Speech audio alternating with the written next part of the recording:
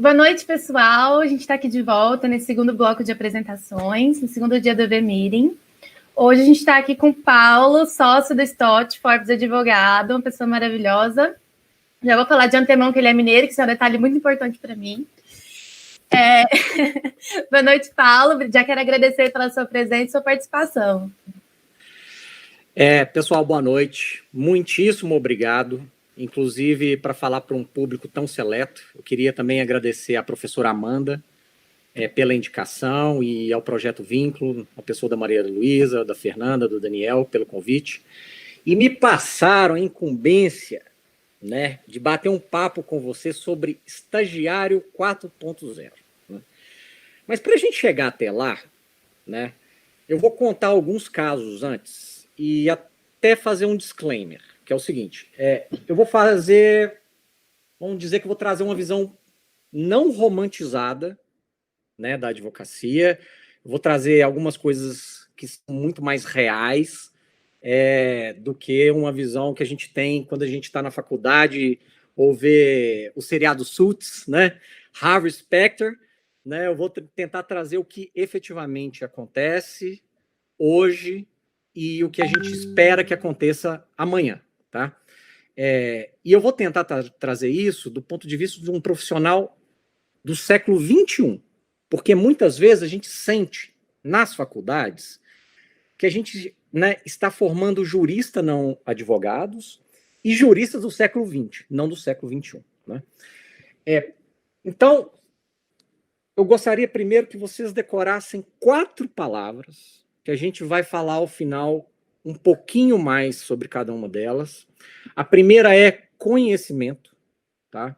A segunda, criatividade. A terceira, comunicação. Essa é muito importante, gravem, anotem. E a quarta, multidisciplinariedade. Até difícil de falar, mas é muito importante. A gente vai ver isso ao longo do nosso bate-papo, mas ao final elas serão muito importantes. E quais são esses casos que eu gostaria de falar com vocês antes de a gente chegar nesse termo 4.0? Que é o seguinte, vocês estão tendo palestras com o que a gente chama de Big Law, tá? Que são escritórios renomados, de grande porte, né? Envolvidos em casos de grande repercussão econômica. Mas eu queria falar para vocês que existe um mundo fora desse clube, tá? Existem no Brasil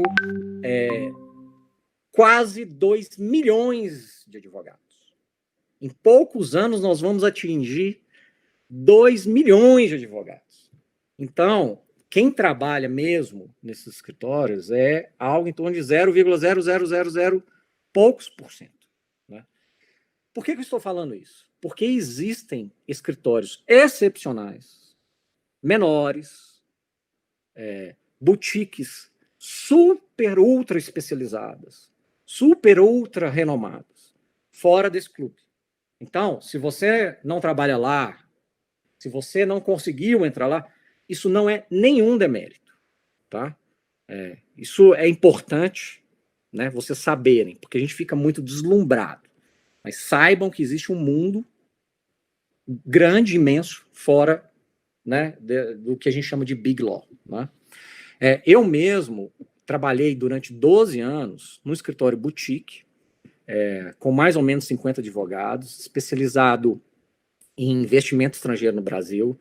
Quase a maioria dos nossos clientes era composta por empresas alemãs, fazendo negócio no Brasil, e eu acabei fazendo a consultoria tributária desses clientes. Mas hoje eu sou sócio de uma Big Law. Né? Então, saibam que eu também passei por outros escritórios fora do clube. Tá? Outra coisa muito importante nessa fase, o ser humano, ele é muito ansioso. Mas quanto mais jovem, mais ansioso ainda. Tá? Eu acho fazer planos algo extremamente importante. Extremamente. Mas os planos, gente, eles são feitos para serem redirecionados, mudados, alterados, desfeitos, refeitos. Né? Não se sintam acanhados de mudar de planos, porque experiência a gente não pede pelo aplicativo. Experiência, você não encomenda na Amazon. Quando você vai no Pão de Açúcar, não tem lá do lado do amaciante experiência para você levar para o caixa para pagar. Então, ao longo do tempo, você vai passando por coisas que podem mudar os seus planos, né? Eu entrei no direito porque eu queria ser diplomata. Esse era meu sonho. E aí o que aconteceu? Descobri o direito tributário, né? Primeiro na Procuradoria da Fazenda, depois fui para um escritório de advocacia em Belo Horizonte, né? Eu me formei na UFMG e foi lá que eu descobri o tanto que eu gostava de direito tributário. Mas depois eu fui fazer mestrado fora do país, acabei fazendo doutorado também fora, e eu descobri a consultoria, né? O escritório que eu trabalhava em Belo Horizonte era praticamente de contencioso tributário. E eu me apaixonei pela consultoria depois, né? Então, para vocês verem que até dentro da área tributária, você pode mudar de foco, né? Quando eu voltei para o Brasil, eu sou muito mineiro, né? A Amanda, a professora Amanda, é mineira também, e eu gosto muito da mineiridade, né? Esse negócio de chegar na casa dos outros sem avisar, e alguém chegar na sua casa sem avisar, mas tá cheio de comida, essa coisa, aproximação. Então, depois que eu saí do exterior, né? Na época eu estava fazendo doutorado na Áustria, seria natural eu voltar para Belo Horizonte. Mas não, estou há 13 anos em São Paulo, casado com uma paulistana, né? Hoje eu faço, como eu falei, consultoria tributária e tecnologia na área da tributação, então eu mudei completamente. Então, só para vocês se sentirem também confortáveis, tá? Que mudar de rumo não tem nenhum demérito nisso, tá? Outro ponto, se apaixone, tá? Quando a gente se apaixona por alguma coisa, a gente faz as coisas muito melhores. E hoje, e a gente vai ver isso já já, a gente precisa muito mais de criatividade no nosso trabalho do que a gente era demandado anteriormente. Quando você faz as coisas só no automático, você pode fazer um mediano. E você pode ser um super profissional que a sua média vai ser um pouquinho mais alta, mas não vai deixar... né, nunca vai atingir o topo, né? Então, esse ponto é muito importante, tá? Se você dentro do direito, que já está mais avançado e já está caminhando para uma área que você não gosta, mude.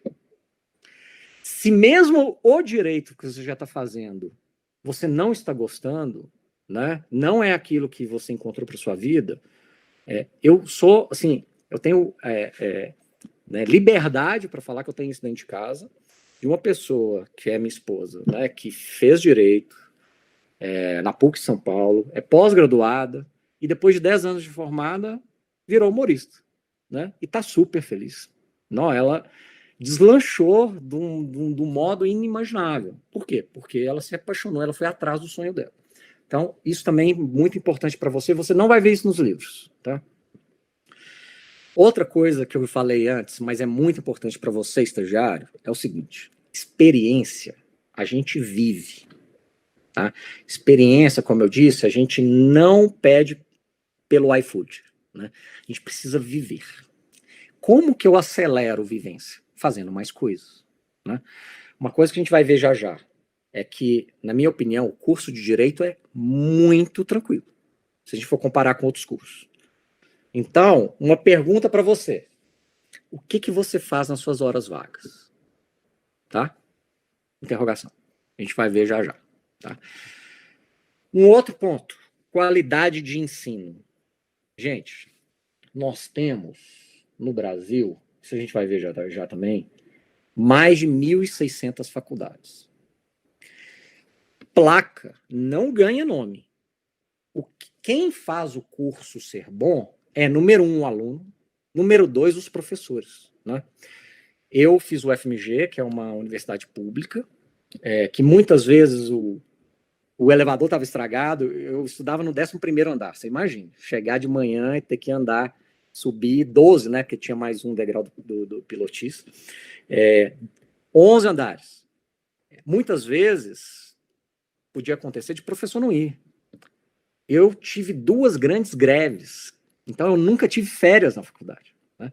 Essas coisas acontecem, mas os colegas que eu tive me puxaram para frente. As discussões que a gente teve, os professores que eu tive, eles eram fantásticos, né? Mesmo quando eles não iam, né? Eu tive um professor que faltava muito, mas ele falou uma frase uma vez, que isso vai, né, ser objeto talvez de uma outra live com vocês, que mudou a minha vida, né? Então é muito importante que vocês saibam que nada vai cair no colo, que placa não faz o profissional, embora possa ajudar, porque acaba agregando bons alunos ou bons professores, mas se você não tirar a bunda da cadeira, nada vai acontecer de graça para você, né? Fazer, então, um pouco a mais é o que a gente tem sempre que pensar, principalmente quando a gente faz direito, né? Que, como eu disse, é um curso que a gente consegue ir bem sem preencher o dia inteiro, tá bom? Bem, depois desse blá, blá, blá, nós chegamos no tal tema da nossa conversa, que é o estagiário 4.0. O que significa esse 4.0? Tá parecendo propaganda de carro, né? Compre o seu Volkswagen 4.0, que já vem com banco de couro, câmbio hidráulico, né? Não é isso, tem nada a ver com isso. O 4.0 tem muito mais a ver com a quarta revolução industrial que a gente chama. Que a primeira foi aquela no Reino Unido, né? No final do século XVIII, né? Que foi introduzida a máquina na produção, nas fábricas, etc., o motor a vapor, enfim. A segunda, que é ali antes da Primeira Guerra, né, que aí efetivamente a gente teve uma produção em massa, foi a época do Fordismo, né? A terceira, que já é a migração do mundo analógico para o mundo digital, e a quarta, que é essa que a gente vive, que não tem um ponto específico. A gente tem um conjunto de tecnologias, tá? Um conjunto. E aí eu posso mencionar, por exemplo, automação, inteligência artificial, tecnologia de troca de dados, sistemas cyber físicos, internet das coisas, o que mais? Machine learning. Então, as máquinas aprendem ao serem manuseadas e automatizadas com dados. Isso é uma pergunta para vocês, né? Quer dizer que o simples fato dessas tecnologias existirem, existe uma revolução? A revolução vai além disso. Né? Vocês não podem vir até mim me perguntar, Paulo, então basta eu saber usar o WhatsApp? Paulo, se eu conseguir mandar arquivos por Dropbox, isso já resolve? Se eu consigo pedir comida pelo iFood, eu sou já uma pessoa 4.0? Não. O 4.0, ele quer dizer que as coisas, o mundo, a sociedade, a economia, elas mudaram muito em vista dessas tecnologias. A linguagem mudou, né? As relações humanas mudaram. Existe uma rapidez nas respostas muito maior. O WhatsApp, você manda, a pessoa já vê se você visualizou, né, se você leu, já espera uma resposta, né? O mundo ele está mais rápido, as respostas estão mais rápidas, né? O mundo está mais visual. Veja as redes sociais, né? Nem vou falar de Orkut, vamos lá, vamos começar pelo Facebook. Facebook é uma rede social que começou com muito escrito, depois passou por uma parte já de ter fotos, né? E hoje tem vídeos, né? Quando a gente vê o Instagram é essencialmente fotos, com poucos inscritos, e depois veio a parte de vídeos, né? E hoje, vídeos, né? Story com 15 segundos, vídeo com 1 minuto, e agora tem algumas outras funcionalidades. Mas olha o TikTok. TikTok é só vídeo. É vídeo e sonoro. O mundo é vídeo, é cada vez mais vídeo, a gente está falando por vídeo, e cada vez mais usando outras funcionalidades, que não só a escrita. Então, esse é o mundo que a gente está vivendo hoje. E essas relações novas, elas compõem o 4.0. Né? Agora, vamos lá.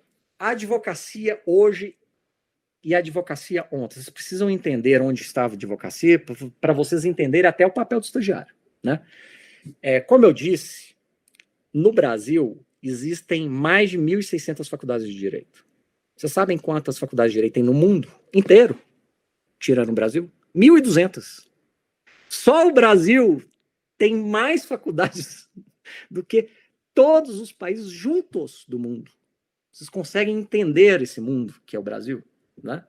Então, existe uma oferta grande, né, de profissionais no mercado. Ao mesmo tempo, o Brasil é um país com um sistema jurídico extremamente complexo, ainda mais o meu tributário, que é a minha área de expertise, que produz muito trabalho para esses advogados. Aí a questão é, existe trabalho bom, complexo, interessante, que paga bem, e tem a grande massa, né? Mas a OAB, né, ela já restringe bastante, né? A prova da OAB, se eu não me engano, a média de aprovação é abaixo de 18%. Né? E mesmo assim, a gente chegou naquele número que eu falei, nós estamos caminhando para 2 milhões de advogados. Né? Então, este é o cenário, tá bom? Boa parte da entrega de serviços jurídicos é ainda muito artesanal. E olhem, artesanal é diferente de ser feito sob medida, tá bom? Artesanal no sentido de ser manual, de ter muita burocracia, de ser lento, de ser pouco preciso às vezes, né? Então, isso ainda existe hoje, né? Existe um estudo que fala que o advogado, entre 30% e 50% do tempo dele, ele destina a questões burocráticas. Quer dizer, um ser humano que passa, o tempo que a gente passa na faculdade de Direito, que estuda bastante, depois que se forma, ele passa quase 50% do tempo dele com tarefas burocráticas, né? É inimaginável isso, né? Mas essa é a realidade. Por quê? Muitas vezes o direito e a advocacia, elas, né, eles caminham muito para trás da realidade. Eu gosto de dar um exemplo, que imaginem vocês que a realidade é um carro, um reboque, tá? E o direito, e nesse caso a advocacia, é um carro que precisa ser rebocado, tá? Só que para fazer a ligação, para rebocar efetivamente, em vez de usar uma fita mais firme ou uma corrente, né, se usa um elástico. Então, o reboque, ele vai na frente, né, puxando, mas o direito, que é isso aqui, não acompanha do mesmo jeito. E a cada puxada, ele faz assim, ó, né? Então, às vezes até bate, né? Ele sempre vem atrás,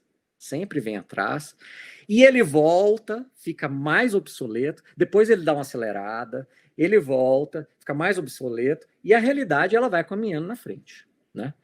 A advocacia e o direito, eles são assim. A gente ainda trabalha com leis muito antigas, com uma realidade totalmente fora do que, né, hoje existe, totalmente fora, né? Então, ele tem, eu ouso dizer que ele é neofóbico, ele tem medo um pouco da realidade, do futuro, do novo, né? Ele precisa de um tempo de maturação mais longo do que outras profissões, tá?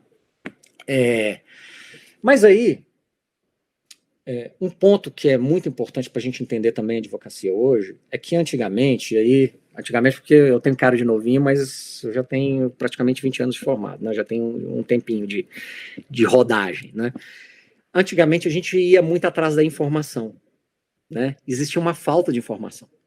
O advogado, parte do trabalho dele é de ir atrás de informação, de jurisprudência, de doutrina que não estava à disposição, né? Hoje, a informação está caindo das árvores, né? Você balança a árvore e cai a informação. O profissional de hoje, ele tem que ser capaz, muito mais do que ir atrás da informação, é saber analisar a informação. O data search está sendo substituído, e foi, pelo que a gente chama de data analytics, né? E a análise da análise, né? Hoje o advogado, ele tem diante dele um acesso enorme à informação, né? O que a gente tem muito na advocacia hoje, né, nos escritórios de ponta, que vamos dizer, é otimizado pela tecnologia, né?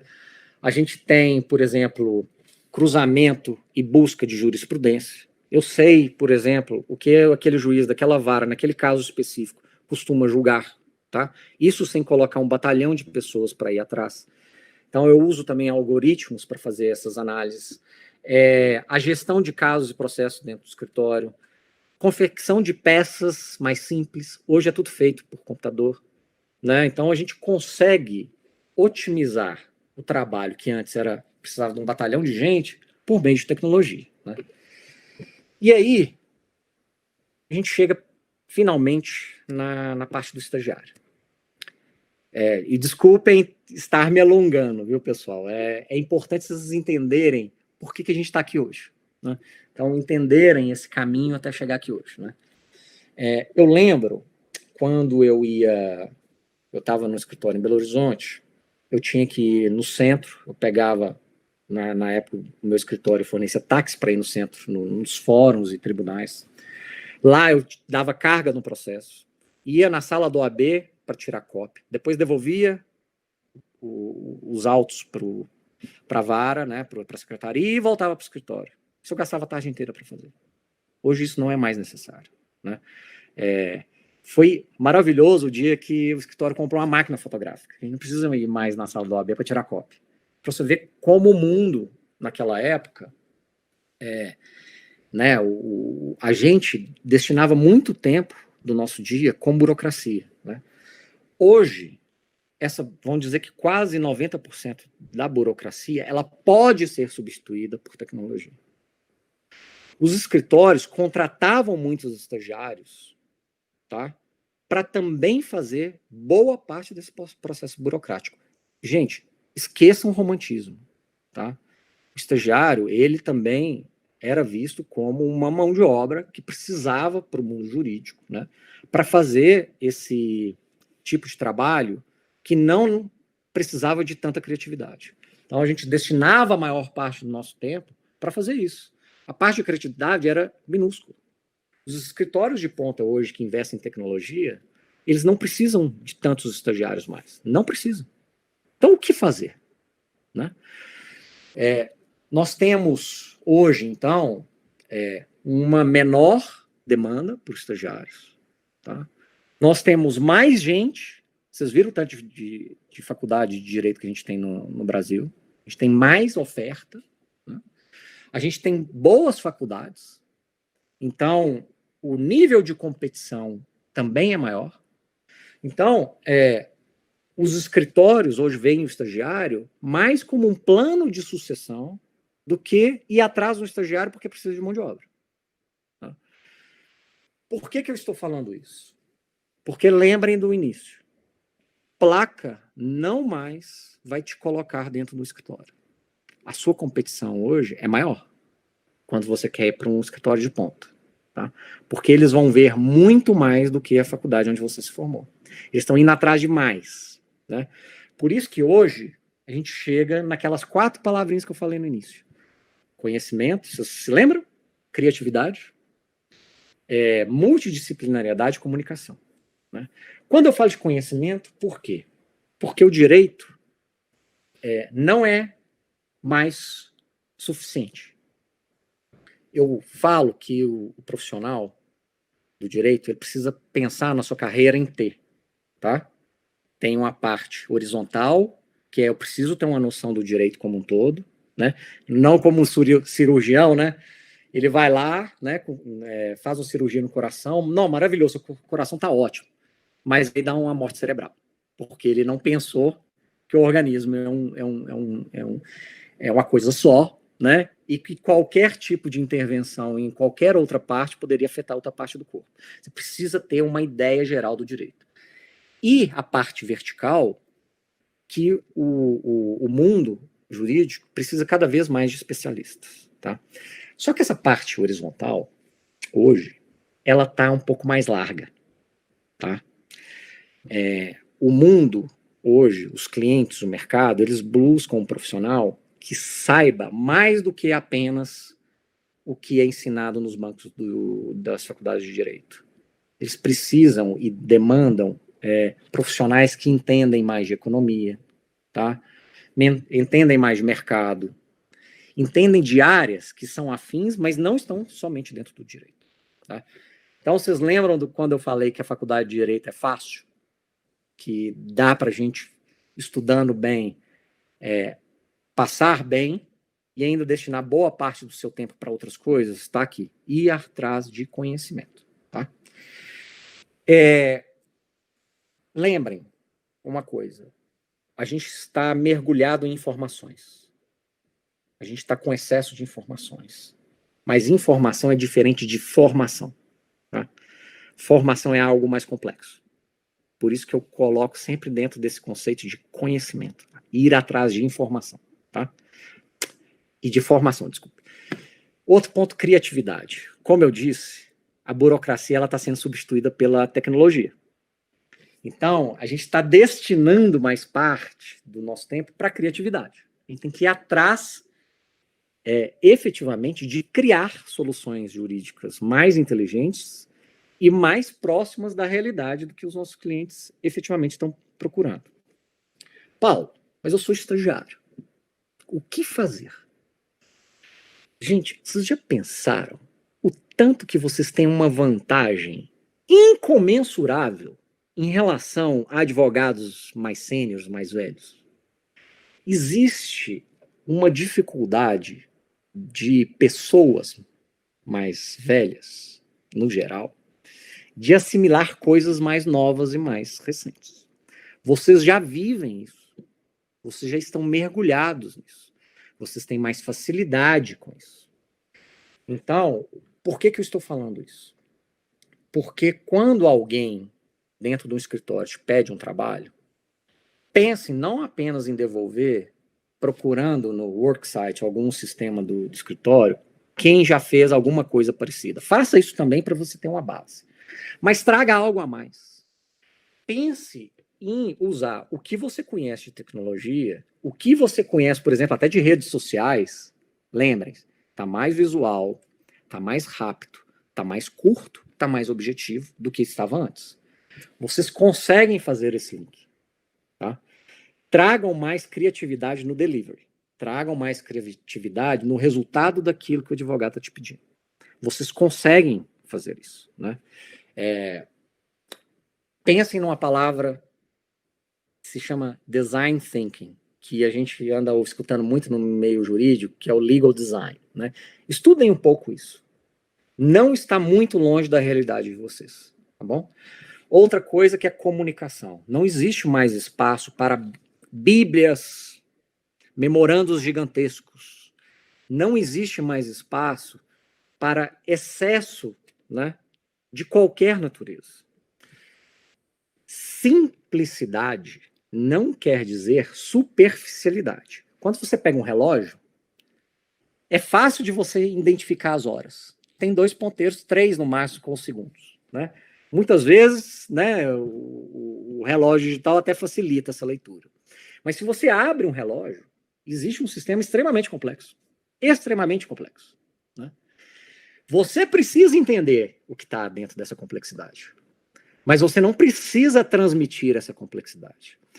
Por isso que o cliente nos paga. Por isso que eles estão atrás da gente. Que a gente entende essa complexidade, mas a gente transmite aquilo com simplicidade. Esse esforço tem que começar desde o início. Não pensem, não, depois que eu virar advogado... Não, é hoje. Esse exercício, ele demora. A comunicação ela tem que ser clara, eficiente, objetiva. Mas para ser eficiente e objetivo, eu gasto muito mais tempo. É muito mais fácil fazer um textão gigante do que fazer um texto objetivo, porque eu preciso pensar. Tá? Toda vez que você escrever um texto e tiver a necessidade de falar, ou seja, em outras palavras, pare, volte atrás, o que eu escrevi antes não está suficientemente claro. Isso é um exercício, gente. Exercício. Comecem hoje. Comunicação é essencial. Vocês já fazem isso no WhatsApp. Eu não estou falando que é para vocês colocarem no texto VC quando querem falar você, tá? Mas para serem eficientes também na linguagem jurídica, tá? E, por fim, eu sei que estou quase passando meu tempo, que é o ponto da multidisciplinariedade, né? Que é esse palavrão, efetivamente. O mundo está mais complexo, efetivamente. Quando a interconectividade ela está mais eficiente, quando a gente se comunica de forma muito mais rápida, quando os problemas também se tornam mais complexos, cada vez mais, para conseguir atender uma demanda, eu preciso conhecer mais do meu mundo e não apenas aquele ponto específico. Por isso que eu falei do T, que eu preciso me especializar, mas eu preciso ter uma noção maior do todo. Maior do todo, né? Outro ponto, para você conseguir atingir isso. Você está em grupos de WhatsApp, eu sei. O Facebook tem grupos. Eu sigo páginas do Instagram que várias pessoas seguem. Embora a tecnologia tenha, de certa maneira, e até agora na pandemia, nos afastado pessoalmente do contato físico, né? A tecnologia também nos trouxe uma proximidade maior, mesmo que através da telinha, mesmo que de maneira virtual, né? Estamos mais próximos, embora não fisicamente mais próximos, né? Então, isso também nos dá a possibilidade maior de alcançar essa multidisciplinariedade. A gente tem acesso melhor a isso. E vocês que nasceram já num momento que isso borbulhava, vocês têm muito mais facilidade de conseguir essa multidisciplinariedade do que as pessoas que já passaram, né, já estão num nível um pouco mais alto da carreira. Então, este é um ponto também de vantagem. Então, não subestime. E se você acha que você tem pouco, vai atrás, porque você tem acesso. E lembre lá do início. Nada vai cair no seu colo. O acesso está aí. Balança a árvore, cai informação, mas você precisa ir atrás, né? Então, minha frase final para vocês, antes da gente passar perguntas, se tiver, é o seguinte: a tecnologia está aí como aliada. Não se coloque dentro da caixinha que muitas vezes ela vai querer te colocar. Tente dominá-la ao seu favor. Colocá-la do seu lado, do lado daqui. Tá? Não enfrente, assimile. Tá? Vocês têm capacidade de fazer isso. Use a seu favor. Ela está aí. Ela não é de ontem. Ela não é de amanhã. Ela é de hoje. Tá bom? Gente, muito obrigado. Essas são apenas algumas poucas palavras para a gente conversar um pouco sobre esse mundo que a gente vive. Espero que eu tenha podido também passar algumas questões práticas e realistas da profissão. Obrigado. Que é isso, Paulo. A gente que agradece. Acho que foi muito engrandecedor e enriquecedor o que você disse. Acho que você apontou aspectos muito interessantes e que a gente questiona no dia a dia, porque a gente está muito numa fase de transição. A gente tem conversado muito isso com os meninos. A gente até fez um episódio do podcast falando sobre isso. Que a gente está numa fase de transição, né? Um momento de transição em que às vezes é difícil para a gente se localizar nesse momento. Exato. Então, acho que você trouxe as falas muito pontuais, assim, e que conseguem deixar tudo muito claro para a gente. Obrigada. Não, imagina. Agora, eu vou passar a fala para a Fernanda. Ela acompanhou as perguntas e tem algumas para passar para você. Tá. Pois é, suas falas foram bastante assertivas e você perguntou se tinha pergunta. Na verdade, o que não faltou hoje foi pergunta. Mas a gente separou aqui para começar a seguinte. O cenário da pandemia pode ser um incentivo ao estágio 4.0 por ter trazido questões da tecnologia mais a fundo? Eu acho que sim. Eu acho que sim. Assim, se vocês pensarem, o estagiário, que é hoje um profissional mais jovem, né, ele é um aprendiz, ele já está muito familiarizado com as tecnologias, né? Então, os advogados mais sêniores, os sócios, muitas vezes não utilizavam tanto essa tecnologia, né? Eu estou falando em termos gerais, tá? Escritórios que investem mais em tecnologias já fazem isso há muito tempo. Então, eles foram empurrados, né? Eu preciso usar, porque senão eu estou fora do mercado. Vocês não. Ao mesmo tempo, porque esses escritórios viram a necessidade, pode ter certeza que abriu um red flag, né? Abriu um alerta para eles. Gente, precisamos nos reinventar. Precisamos de vamos dizer, oxigênio aqui dentro, que saiba navegar por esse mundo, né, que se coloca diante de nós. E vocês já estão na vanguarda. Vocês já conhecem isso, tá? Se não conhecem, de maneira formal, vocês fazem sem saber. Então, eu acredito sim que existe uma maré positiva, mas ao mesmo tempo eu quero trazer a informação, assim, deixar a sensação de que vocês não podem se acomodar. Nunca. Né? Tá tudo muito disponível. Basta você pegar. Para você ir ali e pegar a informação, você tem que levantar da cadeira. Mas ela tá ali. Vá lá. Poxa, Paulo, muito obrigada. Acho que essa fala sobre não se acomodar é muito importante para a gente, principalmente dada a próxima pergunta que a gente tem, que é relacionada a quais as práticas que o estudante pode ter para se inserir num contexto 4.0. Lembrando, né? Eu acho que não existe, vamos dizer, uma regra. Por mais que eu tenha feito um discurso aqui de 30 minutos, gente, você pode ser bem-sucedido fazendo diferente do que eu falei. Eu tenho colegas que não estão inseridos nesse mundo digital, que não é, né, o digital já é mais antigo, então não estão nem inseridos no mundo digital, que são super bem-sucedidos. Eu estou falando que, vendo o que está acontecendo com os clientes com os quais eu trabalho e o mundo em minha volta, você tem que necessariamente, para conseguir estar no topo, seguir algumas premissas, que é usar tecnologia a seu favor, então saber utilizá-la, né? Não colocar um muro e uma barreira entre vocês dois, tá? Saber que o mundo ele não se resume ao direito e ao banco da faculdade. Saber que existe um mundo paralelo que se constrói, existe do nosso lado e na nossa frente. Que o direito pelo direito, ele não vive sozinho. Olha a minha área.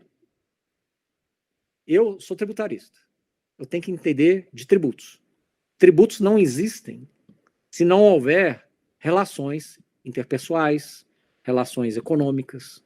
Eu não consigo falar qual tributo incide ou quais sobre um contrato de leasing se eu não sei o que é um leasing. Eu não consigo visualizar uma tributação sobre cloud computing se eu não sei o que significa. Eu preciso ter essa linguagem. 2, 3. O advogado de antigamente, que era extremamente isolado, ele, acabou. Você tem que saber, muitos, né, chavão falam, não, precisa trabalhar em equipe. Não. O saber trabalhar em equipe é por causa da multidisciplinariedade. Saber, né, construir ideias distintas, sumarizar para dar o melhor benefício para o seu cliente. Então, você, estagiário, tem que saber trabalhar em equipe, pensar fora do banco da faculdade, tá? Para conseguir chegar lá. E um último ponto, que é a questão da criatividade. Gente, se o mundo nos deu esse milagre que é reduzir burocracia, né? Que é dar mais espaço para a gente usar o cérebro, que para mim é uma dádiva. O cérebro é a coisa mais maravilhosa que existe. Vamos utilizar, tá? Vamos utilizar. Não, por favor, não sejam reativos. Sejamos proativos. Usemos a criatividade a nosso favor e vocês conseguem.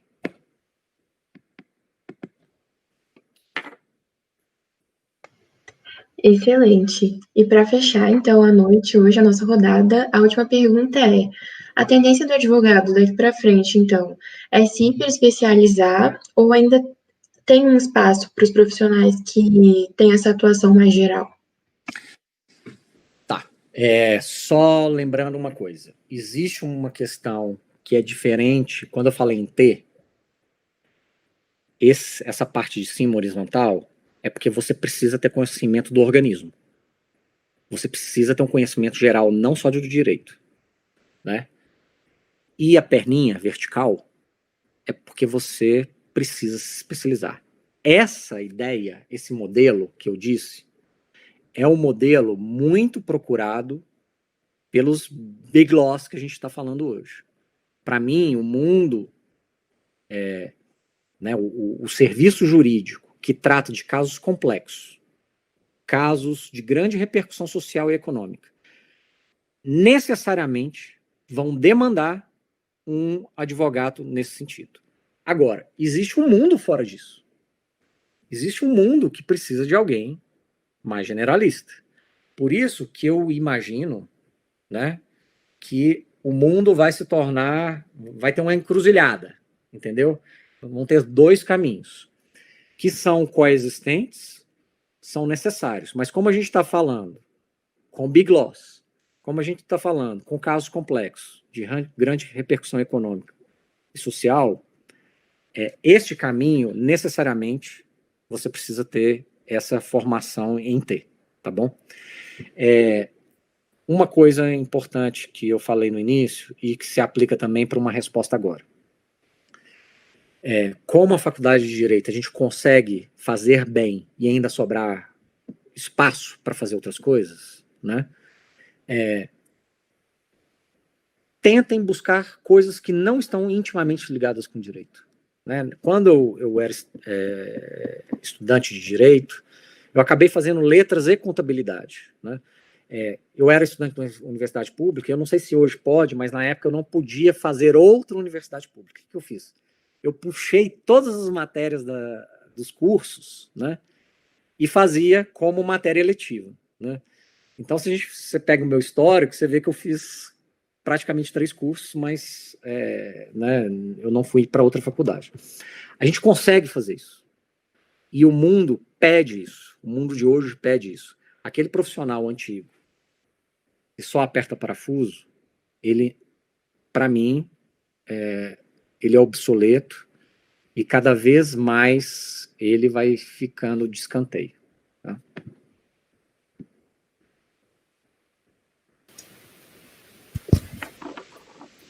Muito obrigada. Perfeito, Paulo.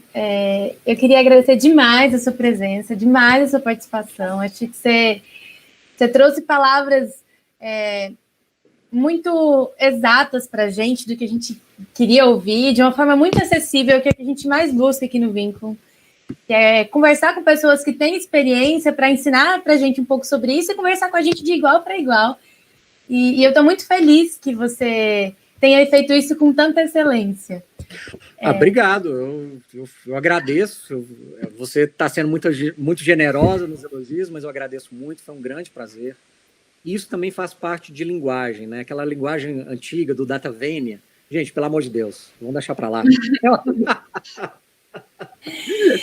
Obrigada, Paulo. Foi um prazer imenso te ter aqui. Eu acho que deu para aprender muito com você. O pessoal está nos comentários aqui elogiando muito. Eu recebi comentários de que assistiriam 1 hora de live, mais 1 hora de live sua. Legal. Então, muito obrigada mesmo, tá? Tá bom. Eu conheço alguns casos e piadas de mineiro, tá? Então, quem quiser ficar depois, eu vou contar. Tô brincando. Seria ótimo, a gente também está disponível. Mas obrigada mesmo, obrigada, Fernanda, obrigada a todo mundo que acompanhou a gente até aqui, obrigada, Daniel, que ficou monitorando essa parte técnica. Queria lembrar vocês do link para constar a presença, está no formulário aqui na descrição, não se esqueçam, fica disponível até amanhã ao meio-dia, também vai estar na nossa bio. Aqui, por algum lugar na tela aqui, eu já estou meio perdida, tem o QR Code do escritório do Paulo, se vocês tiverem alguma curiosidade, entrem lá. A gente também colocou no chat, em algum lugar por aqui, um link de satisfação, né? Então, fiquem à vontade para responder, isso é muito legal e importante para a gente, tá? Obrigada, gente. Tchau, gente.